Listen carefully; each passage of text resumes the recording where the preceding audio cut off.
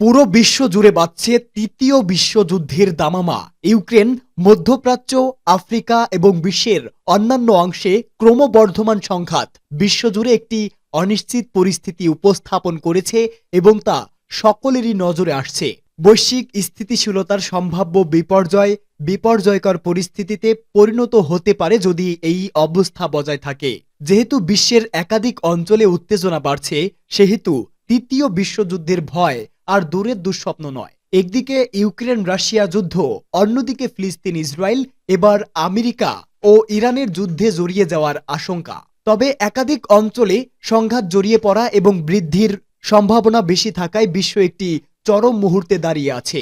আগামী দিনগুলোতে বিশ্ব নেতাদের পদক্ষেপ নির্ধারণ করবে এই সংকট আরও নিয়ন্ত্রণের বাইরে চলে যাবে নাকি থেমে যাবে। তাদের নিষ্ক্রিয়তার পরিণতি ভয়ঙ্কর হতে পারে, শুধুমাত্র সরাসরি জড়িত অঞ্চলগুলোর জন্য নয়, সামগ্রিকভাবে বৈশ্বিক স্থিতিশীলতার জন্য। তবে ইরানের সঙ্গে যদি আমেরিকার যুদ্ধ বেঁধেই যায়, তাহলে তৃতীয় বিশ্বযুদ্ধ অবশ্যম্ভাবী বলে মনে করছে বিশেষজ্ঞরা। আর এরই মধ্যেই আমাদের হাতে এসে পৌঁছেছে গুরুত্বপূর্ণ আন্তর্জাতিক সংবাদ। শুরুতেই জানিয়ে দিব, ইয়েমেন থেকে ফের ইসরায়েলে ক্ষেপণাস্ত্র হামলা চালিয়ে যে বার্তা দিল হুতি বিদ্রোহীরা।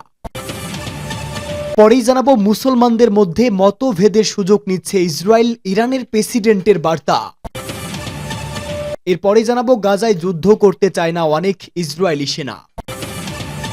জানাবো, গাজা যুদ্ধবিরতির চূড়ান্ত খসড়া দুপক্ষকেই দেখানো হয়েছে বলে কাতারের মন্তব্য। এবং সর্বশেষ জানিয়ে দিব, পুতিনের সঙ্গে খুব দ্রুতই দেখা করবে ট্রাম্প। এতক্ষণ শুনছিলেন সংবাদ শিরোনাম, এবারে বিস্তারিত। তবে তার আগে, আপনি যদি ফিলিস্তিন সহ সকল নিপীড়িত দেশের সমর্থক হয়ে থাকেন, তাহলে ভিডিওটিতে একটি লাইক দিয়ে চ্যানেলটি সাবস্ক্রাইব করে কমেন্টস বক্সে ইয়েস লিখে জানিয়ে দিন আপনার মূল্যবান মতামত। জানিয়ে দিন কোন স্থান থেকে আমাদের সংবাদ শুনছেন অথবা দেখছেন। ইয়েমেন থেকে ফের ইসরায়েলে আবারও ক্ষেপণাস্ত্র হামলা। ইয়েমেন থেকে ফের ইসরায়েলে ক্ষেপণাস্ত্র হামলা করা হয়েছে। হুতি বিদ্রোহীরা এই হামলা করেছে বলে দাবি করেছে। আজ বুধবার খুব ভোরে আল জাজিরার এক প্রতিবেদনে ইসরায়েলি সেনাবাহিনীর বরাত দিয়ে তথ্য জানানো হয়। ইসরায়েলি সেনাবাহিনী বলেছে, তারা ইয়েমেন থেকে ছোড়া ক্ষেপণাস্ত্র আকাশ প্রতিরক্ষা ব্যবস্থার মাধ্যমে আটকে দিয়েছে। একটি সামরিক বিবৃতিতে এই তথ্য জানিয়েছে বেনিয়ামিন নেতানিয়াহুর বাহিনী। বিবৃতিতে বলা হয়েছে, দেশটির কেন্দ্রীয় সতর্ক সাইরেন বেজে উঠে সক্রিয় হয়ে ওঠে আকাশ প্রতিরক্ষা ব্যবস্থা। ক্ষেপণাস্ত্রটি শনাক্ত করে আকাশেই ধ্বংস করে। দাবি অনুযায়ী ক্ষেপণাস্ত্রটি ইসরায়েলের ভূখণ্ডে প্রবেশের আগেই ভূপাতিত করা হয়। তবে ধ্বংস হওয়া ক্ষেপণাস্ত্রের টুকরো বাসিন্দাদের উপর পড়ার ভয়ে সতর্কতা জারি করা হয়। এ সময় লোকজন নিরাপদ স্থানে সরে যান। ইয়েমেনের হুতি বিদ্রোহীরা এর আগে বলেছিল, ইসরায়েলের ভূখণ্ডে ব্যাপক পরিসরে হামলা করতে প্রস্তুত ইয়েমেনের সেনাবাহিনী। যতক্ষণ না পর্যন্ত গাজায় ইসরায়েলের বর্বর হামলা থামছে, ততক্ষণ পর্যন্ত ইসরায়েলি ভূখণ্ডে হামলা চালিয়ে যাবে ইয়েমেনের হাউসিরা। আর এরই পরিপ্রেক্ষিতে ইসরায়েলের ভূখণ্ডে হামলা করেছে ইয়েমেন। প্রসঙ্গত, ইয়েমেনের হামলায় দিশেহারা হয়ে পড়েছে ইসরায়েল। দেশটিতে একের পর এক হামলা চালিয়ে যাচ্ছে বিদ্রোহী গোষ্ঠী হুতি। আজ খুব ভোরে আবারও ইসরায়েলে হামলা চালিয়েছে তারা। ইসরায়েলি সেনাবাহিনী তখন জানিয়েছে, আকাশসীমায় প্রবেশের আগেই ক্ষেপণাস্ত্রটি ভূপাতিত করা হয়। মুসলমানদের মধ্যে মতভেদের সুযোগ নিচ্ছে ইসরায়েল।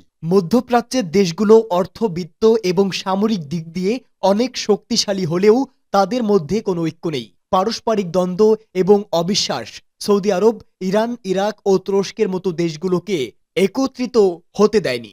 আর এর সুযোগ নিয়েছে আমেরিকা, ইসরায়েল সহ পশ্চিমারা। মুসলিম দেশগুলোর মতভেদের সুযোগ নিয়ে এই অঞ্চলে বিভিন্নভাবে আগ্রাসন চালিয়ে যাচ্ছে ইসরায়েল।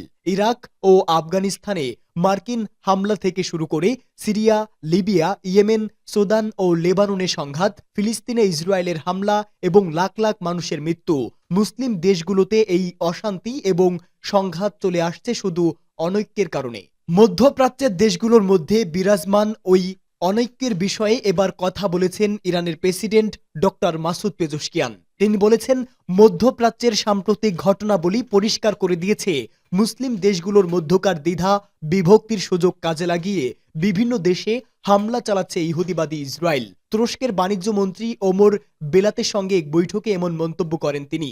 তেহরান সফরে যান তুরস্কের বাণিজ্যমন্ত্রী। তুর্কি সমর্থিত হায়াতে তাহরি আশাম বা HTS নাটকীয়ভাবে সিরিয়ার রাষ্ট্রীয় ক্ষমতা দখল করার পর দুদেশের মন্ত্রী পর্যায়ে এই বৈঠককে গুরুত্বের সঙ্গে দেখা হচ্ছে। বৈঠকে মধ্যপ্রাচ্যের পরিস্থিতি উল্লেখ করে ইরানি প্রেসিডেন্ট বলেন, মুসলমানদের মধ্যকার মতভেদ সুযোগ নিয়ে ইহুদিবাদী ইসরায়েল ফিলিস্তিনের অবরুদ্ধ গাজা উপত্যকা, লেবানন এবং সিরিয়ায় হামলা চালাচ্ছে এবং মুসলমানদের হত্যা করছে। তিনি বলেন, আমরা যদি আমাদের মত পার্থক্য বাদ দিতে পারি তাহলে আমরা অনেক বেশি শক্তিশালী হব এবং সারা বিশ্ব আমাদের কাছে পারস্পরিক শ্রদ্ধা ও সম্মানের ভিত্তিতে যোগ রাখবে। মুসলমানদের সমস্যাগুলোকে তিনি ভ্রাতৃপ্রতিম আচরণের মাধ্যমে সমাধান এবং শুধু কথায় নয়, প্রকৃতপক্ষেই মুসলিম বিশ্বকে শক্তিশালী করার আহ্বান জানান। এ সময় ইরানি প্রেসিডেন্ট বলেন, আমাদের প্রয়োজন ঐক্য। যদি মুসলিম দেশগুলো তাদের বাণিজ্য বাজার থেকে শুরু করে পরিবহন রুট এবং অন্যান্য সম্ভাবনাকে একে অপরের সাথে ভাগাভাগি করে নেয় তাহলে সেটি নিশ্চিতভাবে সমস্ত মুসলিম জাতির জন্য লাভজনক হবে এবং ইহুদিবাদী ইসরায়েল কিংবা অন্যান্যরা মুসলিমদের ব্যাপারে হস্তক্ষেপ করা বা অপরাধমূলক তৎপরতা চালানোর সাহস পাবে না। বৈঠকে ইরানি প্রেসিডেন্ট উল্লেখ করেন, তুর্কি প্রেসিডেন্ট রজব তাইয়েপ এরদোয়ানের সাথে যতবারই তার বৈঠক হয়েছে ততবারই তিনি মুসলিম দেশগুলোর মধ্যে সম্পর্ক বাড়ানোর উপর জোর দিয়েছেন। আমি বিশ্বাস করি মুসলিম দেশগুলোর সম্পর্ক ও যোগাযোগ আরও বাড়ানো উচিত। তিনি বলেন, তুরস্কের সঙ্গে সব ক্ষেত্রে সম্পর্ক উন্নত করতে ইরান সম্পূর্ণ প্রস্তুত রয়েছে। এদিকে গাজায় আর যুদ্ধ করতে চায় না অনেক ইসরায়েলি সেনা। ইসরায়েলি সামরিক বাহিনীর কর্মকর্তা ইয়োতাম ভিলকো বলেছেন, গাজা উপত্যকায় ইসরায়েলি সৈন্যদের নিরস্ত্র ফিলিস্তিনি কিশোরকে হত্যার চিত্র তার মনে দাগ কেটে গেছে। আর্মড কোরে কাজ করা কর্মকর্তা ভিলক বলেছেন, গাজার ইসরায়েলি নিয়ন্ত্রিত বাফার জোনে প্রবেশকারী যে কোনো অনুমোদিত ব্যক্তিকে গুলি করার নির্দেশ ছিল। তিনি বলেন, তিনি কমপক্ষে 12 জনকে হত্যা করতে দেখেছেন, কিন্তু কিশোরের গুলি চালানোর ঘটনাটি তিনি মানতে পারছেন না। 28 বছর বয়সী ভিলকো এপিকে বলেছেন, একটি বৃহত্তর ঘটনার অংশ হিসেবে তার মৃত্যু হয়েছে। সেখানে থাকার এবং ফিলিস্তিনিদের মানুষ হিসাবে না দেখার নীতির অংশ হিসাবেই তাকে হত্যা করা হয়েছে। 15 মাসের সংঘাতের বিরুদ্ধে কথা বলেছেন ইসরায়েলি অনেক সেনা। তাদের অনেকেই আর গাজায় যুদ্ধ করতে চাইছেন না। ভিলকো আছেন তাদের দলে। তিনি বলেন, তারা এমন কিছু দেখছেন বা করেছেন যা নীতিগত সীমা অতিক্রম করে। যদিও আন্দোলনটি ছোট, প্রায় 200 ইসরায়েলি সেনা একটি চিঠিতে স্বাক্ষর করেছেন। সেখানে সরকার যদি যুদ্ধবিরতি নিশ্চিত না করে তবে যুদ্ধ বন্ধ করে দেবেন, তারা এমন হুঁশিয়ারি দিয়েছেন। তাদের এই অস্বীকৃতি এমন এক সময় এসেছে যখন ইসরায়েল ও হামাসের উপর যুদ্ধ বন্ধর জন্য চাপ বাড়ছে। যুদ্ধবিরতি আলোচনা চলছে। মার্কিন প্রেসিডেন্ট জো বাইডেন এবং নবনির্বাচিত ডোনাল্ড ট্রাম্প উভয়ই 20 জানুয়ারি শপথ গ্রহণের আগেই একটি চুক্তির আহ্বান জানিয়েছে।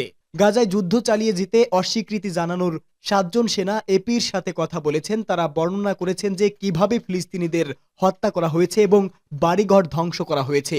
অনেকেই বলছে যে তাদের কোনো হুমকি না থাকা বাড়িঘরগুলোও পুড়িয়ে বা ভেঙে ফেলার নির্দেশ দেওয়া হয়েছিল। তারা সৈন্যদেরকে লুটপাট এবং ভাঙচুর করতেও দেখেছেন।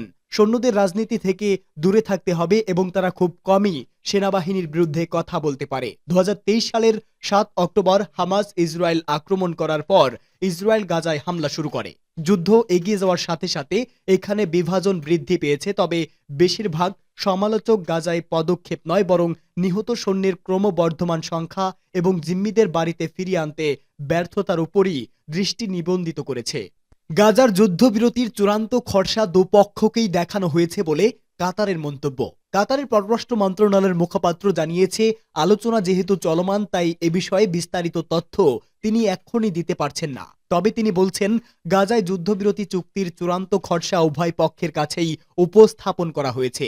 কাতারের পররাষ্ট্র মন্ত্রণালয়ের মুখপাত্র আল আনসারি বলেন, দোহায় গাজায় যুদ্ধবিরতি বিষয়ক আলোচনা অব্যাহত রয়েছে এবং আমরা আশা করছি নতুন অগ্রগতির বিস্তারিত তথ্য আসবে। আমরা আরও আশা করি ফলাফল ইতিবাচকই হবে। আমরা এতটুকুই বলতে পারি যে আমরা একটি চুক্তির চূড়ান্ত পর্যায়ে রয়েছি। তিনি আরও বলেন, আমরা বলতে পারি যে চুক্তি সম্পাদনের পর বাধাগুলো অতিক্রম করেছি এবং গাজায় একটি যুদ্ধবিরতি চুক্তির কাছাকাছি রয়েছি। আমরা আশা করি শীঘ্রই এই চুক্তি ঘোষণা করা হবে। একটি চুক্তিতে পৌঁছানোর ব্যাপারে বাইডেন এবং ট্রাম্প সরকারের প্রচেষ্টার প্রশংসা করে আল আনসারি আরও বলেন, গাজা এবং গাজার সমস্ত ভূখণ্ডের উপর থেকে দখলদারিত্বের অবসান ঘটাতে আমাদের অবস্থান সুদৃঢ়। এই ভূখণ্ডের সকল ভূমি যে ফিলিস্তিনিদের সেই সিদ্ধান্তকে চূড়ান্তভাবে আমরা অনুমোদনে বিশ্বাসী। মধ্যস্থতাকারীরা বিশেষ করে কাতার, মিশর এবং আমেরিকা গাজায় যুদ্ধবিরতি চুক্তির সাফল্যের জন্য যা কিছু দরকার তাই করার ব্যাপারে প্রতিশ্রুতিবদ্ধ। পুতিনের সঙ্গে খুব দ্রুতই দেখা করব, বলল ট্রাম্প। রাশিয়ার প্রেসিডেন্ট ভ্লাদিমির পুতিনের সঙ্গে খুব দ্রুতই দেখা করবেন যুক্তরাষ্ট্রের নবনির্বাচিত প্রেসিডেন্ট ডোনাল্ড ট্রাম্প। নিজেই এই কথা জানিয়েছেন তিনি। এক প্রতিবেদনে এই তথ্য জানিয়েছে ব্রিটিশ বার্তা সংস্থা রয়টার্স। ডোনাল্ড ট্রাম্প বলেছে, আগামী সপ্তাহে প্রেসিডেন্ট হিসাবে দায়িত্ব নেওয়ার পর তিনি রাশিয়ার প্রেসিডেন্ট ভ্লাদিমির পুতিনের সঙ্গে দেখা করবেন। অবশ্য পুতিনের সঙ্গে সম্ভাব্য এই বৈঠকের বিষয়ে নির্দিষ্ট কোনো দিনক্ষণ জানাননি ট্রাম্প। তবে তাদের মধ্যে বৈঠকটি হলে তা 2022 সালের ফেব্রুয়ারিতে ইউক্রেনে রুশ হামলা শুরু হওয়ার পর দুদেশের নেতাদের মধ্যে প্রথম কোনো বৈঠক হবে। ইউক্রেনের চলমান যুদ্ধ অবসানে তার কৌশল সম্পর্কে জিজ্ঞাসা করা হলে ট্রাম্প নিউজ ম্যাক্সকে বলেন, এক্ষেত্রে শুধুমাত্র একটি কৌশলই রয়েছে এবং সেটি পুতিনের উপর নির্ভর করে। তিনি আরো বলেন, আমি জানি তিনিও দেখা করতে চান এবং আমি খুব তাড়াতাড়ি দেখা করতে যাচ্ছি। আমি এই সাক্ষাৎ তাড়াতাড়ি করে ফেলতাম, কিন্তু এর জন্য তো দায়িত্ব নিতে হবে। কিছু কাজ করতে হলে আপনাকে সেখানে থাকতে হবে। উল্লেখ, যুক্তরাষ্ট্রের 47তম প্রেসিডেন্ট হিসাবে আগামী 20 জানুয়ারি শপথ নিতে চলেছেন ডোনাল্ড ট্রাম্প। তার শপথ গ্রহণ অনুষ্ঠানে অংশ নেওয়ার জন্য বিশ্বের বিভিন্ন রাষ্ট্রনেতা ও প্রভাবশালী ব্যক্তিদের আমন্ত্রণ জানানো হয়েছে। এবারই প্রথম রীতি ভেঙে আমেরিকার প্রেসিডেন্ট শপথ অনুষ্ঠানে বিভিন্ন রাষ্ট্রপ্রধানকে আমন্ত্রণ জানিয়েছে ট্রাম্প।